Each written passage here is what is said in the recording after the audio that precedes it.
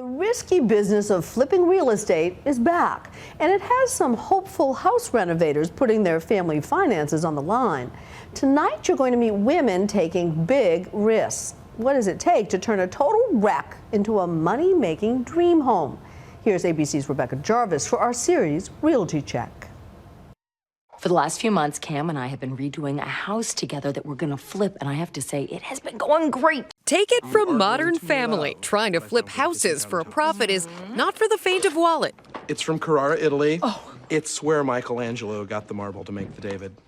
Oh, now we know why the David couldn't afford any clothes. And it turns out life does imitate art. This is the only bathroom? It is the only bathroom. It's Monday morning, and we're in Charlotte, North Carolina, following a pair of real house flippers. Do you know anything on the electrical or the plumbing? I don't think it's been updated. Two women who have been in real estate for decades, looking for their next big score. But this property looks like a homebuyer's nightmare. 1,100 square feet of hidden horrors.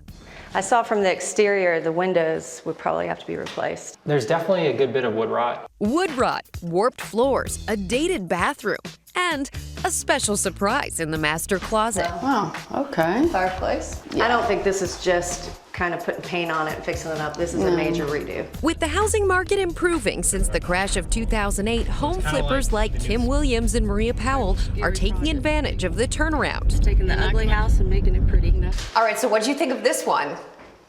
Well, it's a lot of work. There are some red flags with this one. But it still could be a great property to flip. Flips in North Carolina are up 35% in the last year, with flippers averaging $37,000 gross profit per property.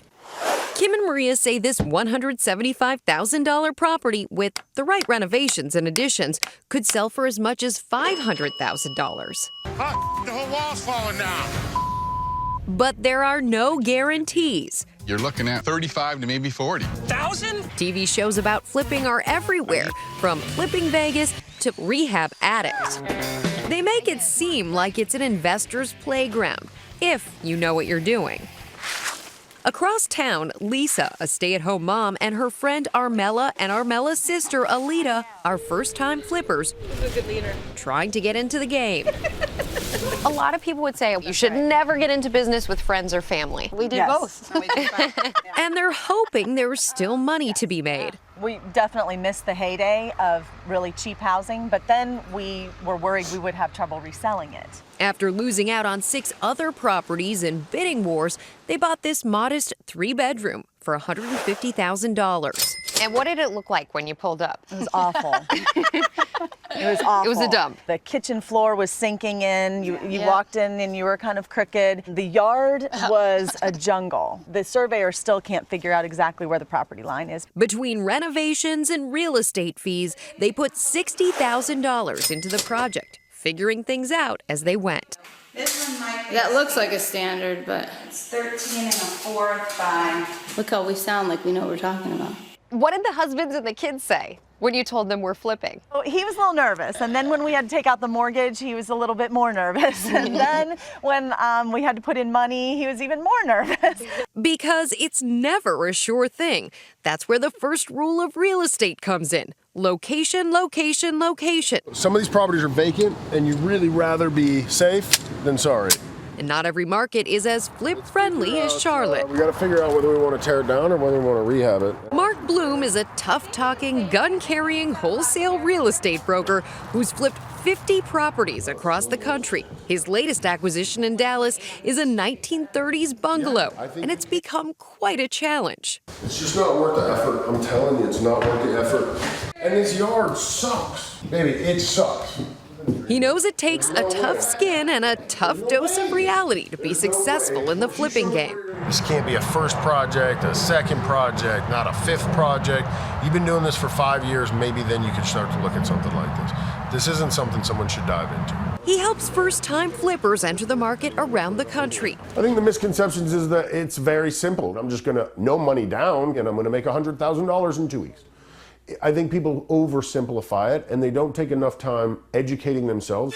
Back in Charlotte, Kim and Maria realize making a profit can be tough. To make this work as a living, you've got to be working about 4, 5, 6 at least to make it 4, work. 5 to 6 to make Flips this work. within a year. Look, Maria, this is already under contract. With 12 flips under their belt, Kim and Maria are scouting this up-and-coming neighborhood for homes to add to their portfolio. How you guys doing? They already have one home going up on this block. The people that owned it and lived in it for 40 years were actually here to watch it go down. 313 McDonald will be no more. This used to be a 1,200 square foot home, but for $240,000, Kim and Maria tore it down and are completely rebuilding a 3,800 square foot house that they recently put on the market for $950,000.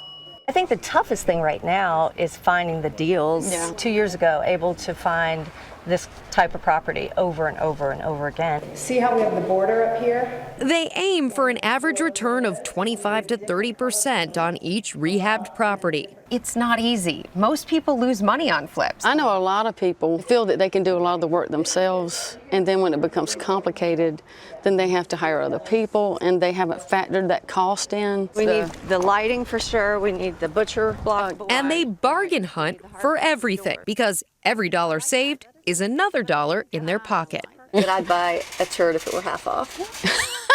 Mark Bloom warns, though, that when rehabbing, the key is to fix it up, not glam it out. Not every house needs to be rehabbed to the level that my wife might want to live in. It needs to be rehabbed to the level of the neighborhood so that we'll sell like any other comp in the neighborhood. Armella, Lisa, and Alita's first-time flip was finally finished after tearing down a wall, removing the chimney, gutting the kitchen, and surviving a snake encounter. There was a snake twice. 2 different ones. This past November, they listed the property for $275,000. What did you really think of this one?